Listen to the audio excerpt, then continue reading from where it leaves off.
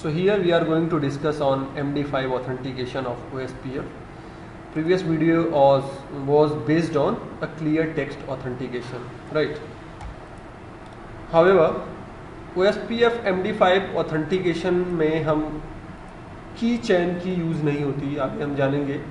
Enhance IGRP के लिए आप दूसरे राउटिंग प्रोटोकॉल्स के लिए जो की बनाते थे, की चैन, की वन, की स्ट्रिंग, यहाँ पे ऐसी चीज़ नहीं होती। उसकी जगह आप की यूज़ कर सकते हो मल्टीपल, बाय द वे। जैसे की चैन में मल्टीपल की चैन हम लोग बनाते थे। और MD5 जिसको हम कहते हैं message digest, MD5 is a kind of algorithm और a mathematical calculation that use. Suppose अगर आप क्लियर टेक्स्ट, जैसा कि पिछले वीडियो में हमने कहा कि क्लियर टेक्स्ट पासवर्ड आप अप्लाई करते हो और ये चीज़ आपका इथरनेट से कनेक्टेड है, इसे सीरियल नहीं इथरनेट कंसीडर करते हैं, तो might be someone can grab your password and then after he can be और join your network and may be unauthorised access आकर। और जब आप MD5 यूज़ करते हो तो इस चीज़ से आप निश्चिंत रहते हो कि ऐसा कुछ नहीं होने वाला है। बिकॉज ऑफ MD5 में क्या होता है कि आपका जो पासवर्ड इस साइड लगाया, सपोज यहाँ पे आपने सिस्को लगाया, ओके, तो ये एक मैथमेटिकल कैलकुलेशन के बाद एक MD5 वैल्यू निकालेगा और वो वैल्यू आपके थ्रू भेजा जाता है। अब वो वैल्यू कोई पाएगा तो कुछ भी नहीं कर सकता। लॉजिकली देखा जाए तो it's difficult to crack it out. So same अगर यहाँ पे पासवर्ड आपने सिस्को अप्लाई किया है तो इसका मैथमेटिकल वैल्यू और इसका mathematical value if match, so it's okay, life is okay. Otherwise you will not form neighbour relationship as we know well. So previous lab जैसा हमने स्टार्ट किया था वही लैब है हमारा। एक ब्रांच ऑफिस, एक हेडक्वार्टर राउटर की आईडी 111, राउटर की आईडी 222। और मैं दिखाना चाहूँगा कि अभी कोई भी ऑथेंटिकेशन यहाँ पे अप्लाई नहीं है। ओके, सो ब्रांच ऑफिस में 100 रन हमने किया। सीरियल इंटरफेस यहाँ पे कुछ नहीं है।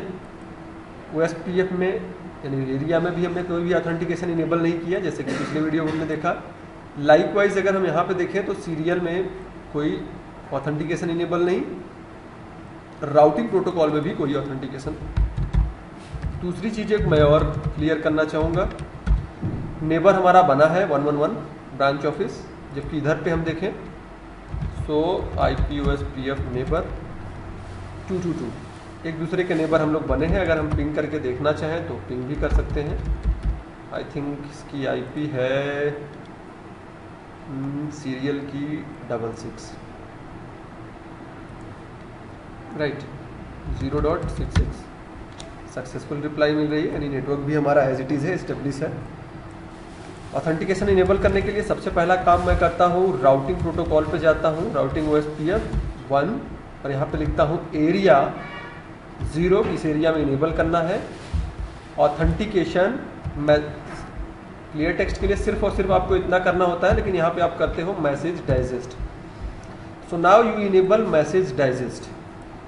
जैसे ही आपने ये कमांड यहाँ पे चला दिया, अब इससे नेबर आपका हट जाएगा। अगर आप यहाँ पे देखना चाहते हो नेबर, तो नेबर हट चुका है, हटने वाला है। सो IP OSPF नेबर 15 सेकेंड के बाद डेड हो जाएगा। डेड टाइमर आप देखें 10 सेकेंड, 9 सेकेंड, 8। अगर नॉर्मल होता तो ये 30 सेकेंड पे रुका होता, 4, 5, और अब देखोगे आप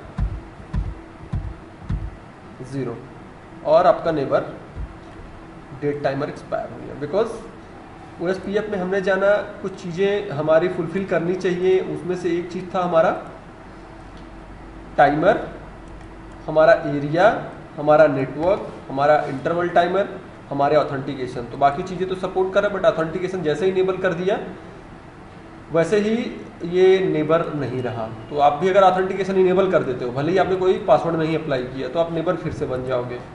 सो लेट्स सी। इनफैक्ट अगर आप चेक करना चाहते हो कि प्रॉब्लम क्या जा रही है, तो यहाँ पे एक कमांड चला सकते हो, debug IP OSPF एडजेसेंसी।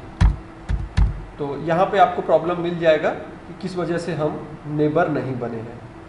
तो आप तुरंत देखो प्रॉब्लम क्या मिल रही है, authentication mismatch, right. Authentication type, हम कुछ ऑथेंटिकेशन नहीं यूज़ कर रहे हैं जबकि ब्रांच ने ऑथेंटिकेशन यूज़ किया है। सो यहाँ पर भी सेम कमांड अनडिबग ऑल और configure terminal router OSPF process ID 1 area 0 authentication message digest चालू कर दिया हमने। अब हम फिर से नेबर बन जाएंगे। अगर हम देखें तो सो राइट बन गए, सो IP OSPF नेबर हम लोग बन चुके हैं। अगली चीज, अब हम की अप्लाई करने जा रहे हैं। तो की कहाँ पे अप्लाई होगा? की अप्लाई होगा इस राउटर पे। ये कौन सा राउटर है हमारा? एक्चुअली ये पहले भी हम आई थिंक बता चुके हैं, ये 2900 सीरीज का लेटेस्ट राउटर है हमारा, जिससे यहाँ से सीरियल S0/0/0 1T का हमारा सीरियल कार्ड इस पे लगा है जो यहाँ पे कनेक्टेड है। CCNA 2.0 में जो लैब का रिक्वायरमेंट है वो थोड़ा सा प्रीवियस की अपेक्षा चेंज है, कुछ इस प्रकार है। दो 2900 सीरीज के आपके राउटर चाहिए, gig Ethernet by the way हमने इसको ऑफ किया है, सीरियल से हम लोग कनेक्टेड है। Now apply the password. Password हम कहाँ से अप्लाई करेंगे? इस इंटरफेस पे अप्लाई करेंगे, जैसे टेक्स्ट के लिए हमने अप्लाई करना सीखा। तो configure terminal interface S0/0 and then IP OSPF message digest कौन सा बनाना चाहते हो? You can apply several, but यहाँ पे मैं पहला अप्लाई करने जा रहा हूँ। किस प्रकार का रहना चाहिए? MD5 इन द वैल्यू, जो आपको वैल्यू चाहिए। तो वैल्यू मैं देता हूँ सिस्को, डन।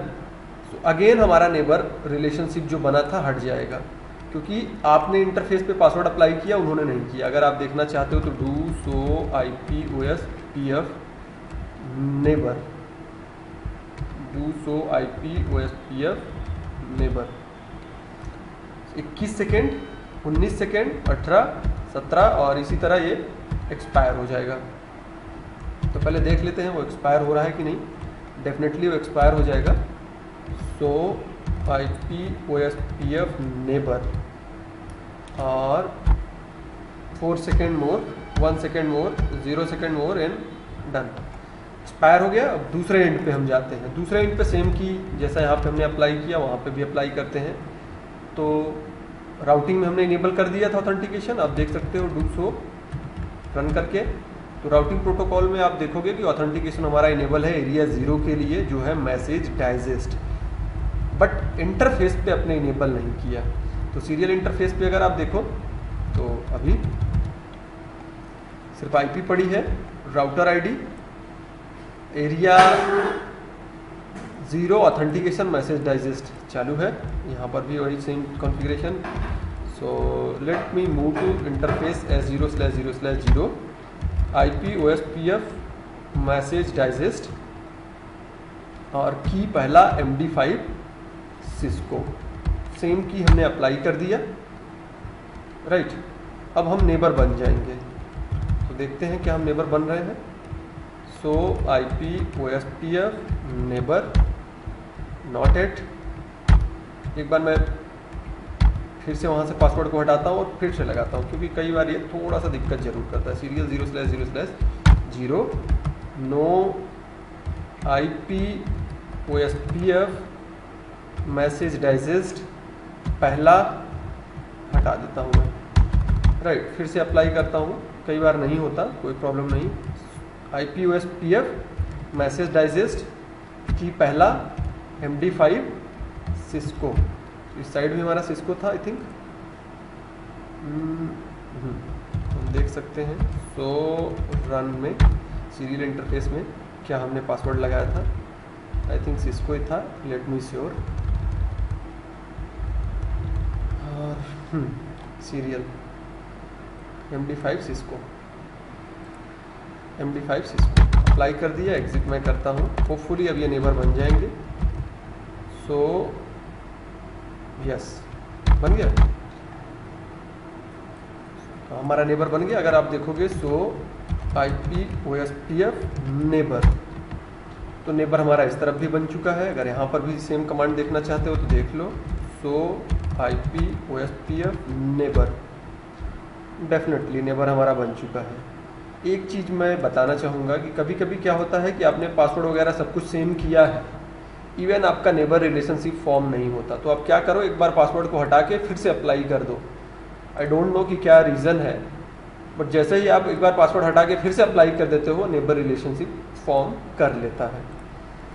क्योंकि ये पैकेट ट्रेसर वगैरह या पैकेट ट्रेसर पे करो तो तुरंत हो जाएगा, लेकिन ये जो है रियल डिवाइस पे हम काम कर रहे हैं, इस वजह से थोड़ा सा टाइम जरूर लगता है। एक चीज़ मैं और यहाँ पे बताना चाहूँगा, जैसे हम देखें सो IP राउटिंग, तो हमारा दूसरे नेटवर्क से जो कनेक्टेड है उसका कॉस्ट दिखा रहा है 65। अगर हमें कॉस्ट को कस्टमाइज करना हो, बाय डिफ़ॉल्ट हमारा मैट्रिक्स कॉस्ट पे कैलकुलेशन करता है, तो कॉस्ट को आप चाहो चेंज कर सकते हो। अभी कॉस्ट बता रहा है, अगर आपको जाना है 200.200.200.0 के नेटवर्क में, एक बार मैं पिंग करता हूँ ताकि आपको दिखा सकूँ, 200.200.0.1 इसके नेटवर्क में जाना है, तभी कॉस्ट कितना बता रहा है 65। अब इसकी कॉस्ट आप चाहे कम कर सकते हो, तो कॉस्ट कम करने का मतलब आप इस सीरियल का कॉस्ट जैसे ही कम कर दोगे तो अपने आप कॉस्ट कम हो जाएगा। तो देखो कैसे कॉस्ट कम करते हैं, थोड़ा सा ये भी मैं यहाँ पे मेंशन कर लेता हूँ। बाय द वे सब CCNP ट्रैक का है, और मैं फ्यूचर में CCNP के भी वीडियोस अपलोड करूँ। तो IP OSPF कॉस्ट, इंटरफेस पे जाना होगा, पहला interface S0/0/0 IP OSPF cost क्या देना चाहते हो, इसमें से जो भी देना हो। तो मैं कॉस्ट पहले क्या था, अगर हमने पहले देखा था 65 था, मैं इसको कम कर देता हूँ, कॉस्ट मान के चलो 1, डन। और अब अगर आप देखो सो IP रूट, तो कॉस्ट की वैल्यू घट जानी चाहिए, 2 हो गया। क्यों? क्योंकि एक तो यहाँ का कंसीडर किया जाएगा कॉस्ट 1, ये ईथरनेट की तरह ट्रीट करेगा, इसका डिफ़ॉल्ट 64 होता है, तो 65 दोनों को काउंट करके बता रहा था। एक्चुअली जो इसका कैलकुलेशन होता है, अगर मान के चलो ये नेबर यहाँ पे है, थोड़ा सा डिस्कस कर लेता हूँ, ये ईथरनेट से जुड़ा है, एक यहाँ है, ये ईथरनेट से जुड़ा है, तो इसकी कॉस्ट 1 होगी, इसका डिफ़ॉल्ट 64 होगा, क्योंकि 64 की बैंडविड्थ हमने दी है, इसका कॉस्ट भी 1 होगा। तो यहाँ पे टोटल वैल्यू कितनी मिलेगी आपको, इसका अगर ये रूट देख रहा है, यहाँ के लिए रूट देख रहा है, मान के चलो यहाँ पे भेजना है, तो 1 और 1 2 64 + 1, इसके लिए यहाँ पे पहुँचने के लिए हो जाएगा 1 और 64 5 66 और 67 कॉस्ट हो जाएगा। लेकिन आप चाहते हो कि कॉस्ट घटा दो, तो अभी हमने इसका कॉस्ट कर दिया 1, तो 1 और 1 कितना दिखाने लगा था 2, जैसा कि अभी हमने देखा है ना, कहाँ गया ये, तो ये कॉस्ट हमारा 2 दिखाने लगा। दूसरी चीज़ एक और मैं यहाँ पे बताना चाहूँगा कि अगर कोई प्रॉब्लम जा रहा है, की मिस मैच हो रहा है या, तो उसके लिए कमांड यूज़ कर सकते हो, सो IP OSPF के बाद कई जैसे चीज़ें यूज़ कर सकते हो प्रोसेस ID के अकॉर्डिंग। एक सबसे बढ़िया कमांड जो मैं बताने जा रहा हूँ OSPF के लिए, वो एडजेसेंसी का है। So OSPF so IP OSPF and then adjacency का मतलब होता है नेबर का, तो सॉरी डिबग में बताने जा रहा था, यहाँ पे लिखते हैं डिबग IP OSPF, किससे डिबगिंग करना चालू करें, एडजेसेंसी मतलब नेबर से क्या क्या हो रहा है, जैसे हमने कहा एडजेसेंस का। तो अब जो पैकेट हेलो भेजे जा रहे हैं, रिसीव किए जा रहे हैं, इसकी पूरी इन्फॉर्मेशन प्रिंट करना जारी हो जाएगा। अगर आपका की मिसमैच कर रहा है, जैसे अभी देखिए सेंड विथ यंगेस्ट की 1, क्योंकि ये की हमने सेंड किया, पहला की यूज़ करेगा, अगर पहला एक्सपायर हो गया होगा तो दूसरे को यूज़ करेगा, तीसरे को यूज़ करेगा, ऐसे दो या दो से अधिक की आप यूज़ कर सकते हो। कहाँ पे? आप अपने इंटरफेस पे, जैसे हमने इंटरफेस, पहले इसको मैं हटा देता हूँ, do undebug all, U space, U का मतलब हो गया अनडिबग, ऑल हो गया, सब अनडिबगिंग कर दिया। कॉन्फ़िगर टर्मिनल इंटरफेस S0/0/0 पे मैं जाता हूँ, तो यहाँ पे IPOSPF मैसेज डाइजेस्ट संख्या 2, और 2 की वैल्यू जो रखनी है हम रख सकते हैं यहाँ पे। उसी तरह जैसे 2 पे जो वैल्यू यहाँ पे आपने रखी है, सेम वैल्यू आपकी यहाँ पे होनी चाहिए। तो ये वीडियो ऑथेंटिकेशन का था, और CCNA बेसिस पे अगर हम बात करें तो ऑलमोस्ट हमने सभी चीज़ें डिस्कस कर ली है। एक चीज़ सिर्फ और सिर्फ यहाँ पे मैं बताना चाहूँगा वर्चुअल लिंक के बारे में। हो सकता है CCNP की वीडियो में फ्यूचर में अपलोड करूँ तो उसकी प्रैक्टिकल भी दिखाऊंगा। यहाँ पे थोड़ी सी थ्योरी बताना चाहूँगा वर्चुअल लिंक क्या होता है, मैं इससे दिखाना चाहूँगा। ये अभी मैंने PDF के थ्रू दिखाना मैंने अच्छा सोचा। हमने ये जाना OSPF बड़े हायरार्की डिज़ाइन में होता है। हायरार्की डिज़ाइन का मतलब ये है कि सभी राउटर एक एरिया में होते हैं, और हर एक एरिया के जो राउटर्स होते हैं वो एक सेम टोपोलॉजी या डेटाबेस रखते हैं। ओके, सो यहाँ पे हर एक एरिया 0 यानी बैकबोन एरिया से जरूर जुड़ना चाहिए, चाहे वो फिजिकली जुड़ा हो चाहे वो वर्चुअली जुड़ा हो। तो यहाँ पे आप एक वर्चुअल लिंक बना सकते हो। वर्चुअल लिंक यहाँ पे थोड़ा सा VPN की तरह काम करता है, एक वर्चुअल लिंक बना देगा। ओके, ये वर्चुअल लिंक होता कैसा है, उसके लिए कमांड क्या चलाना हो। अगर राउटर A और राउटर B को देखें, दोनों ही एरिया 0 से नहीं जुड़ा है, हालांकि राउटर C एरिया 0 से जरूर जुड़ा है क्योंकि ये एरिया बॉर्डर राउटर है। तो आपको कमांड क्या चलाना होगा, B के लिए आप कमांड चलाओगे, B कौन सा है ये, B के लिए आप चलाओगे एरिया 1, क्योंकि मैं एरिया 1 में हूँ, और हमारा वर्चुअल लिंक कहाँ से होके जाएगा, 333 से। उसी तरह राउटर A कहेगा एरिया 2, और मेरा वर्चुअल लिंक 222 से होके जा रहा है, right.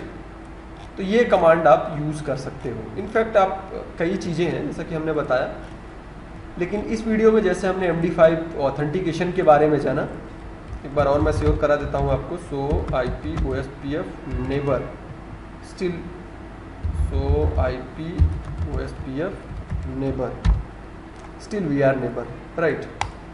So hopefully this video is informative for you. Thanks for watching.